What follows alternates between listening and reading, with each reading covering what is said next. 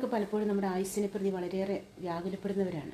നമ്മളൊക്കെ പറയാറുണ്ട്, ആയുസ് എത്താതെ മരിച്ചു, ആയുസ് തീരുന്നതിന് മുമ്പേ ഈ ലോകം വിട്ടു പോകേണ്ടി വന്നു എന്നൊക്കെ.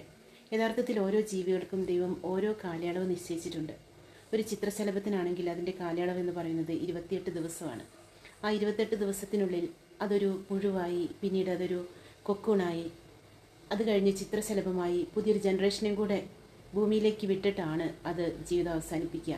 അതായത് ഈ ഒരു 28 ദിവസം എന്ന് പറയുന്നത് അതിൻ്റെ ഒരു പൂർണ്ണതയിലാണ് എത്തുന്നത്. എന്നാൽ അത് ആ ഒരു 28 ദിവസത്തിൽ വളരെ സാറ്റിസ്ഫൈഡ് ആണ്. കാരണം അത് ചെയ്യേണ്ടതായ എല്ലാ കാര്യങ്ങളും ഒരു കൊക്കൂണായി സിൽക്ക് നൂലുകൾ ഉൽപ്പാദിപ്പിച്ച് അതിൻ്റെ ആ ഒരു ജോലി പൂർത്തിയാക്കിയതിന് ശേഷം പുതിയൊരു ജനറേഷനും കൂടെ ഈ ഭൂമിയിലേക്ക് വിട്ടിട്ട് സാറ്റിസ്ഫൈഡ് ആയിട്ടാണ് അവർ പോവുക. ഇതുപോലെ നമ്മുടെ സമയം ഒട്ടും കളയാതെ നമ്മൾ ചെയ്യേണ്ട കടമകൾ യഥാസമയം പൂർത്തിയാക്കിയാൽ നമുക്കും എപ്പോൾ വേണമെങ്കിലും നമ്മുടെ ആയുസ് തീർന്നാൽ സാറ്റിസ്ഫൈഡ് ആയിട്ട് നമ്മുടെ ജീവിതത്തെ ദൈവത്തിന് സമർപ്പിക്കാനായിട്ട് സാധിക്കും.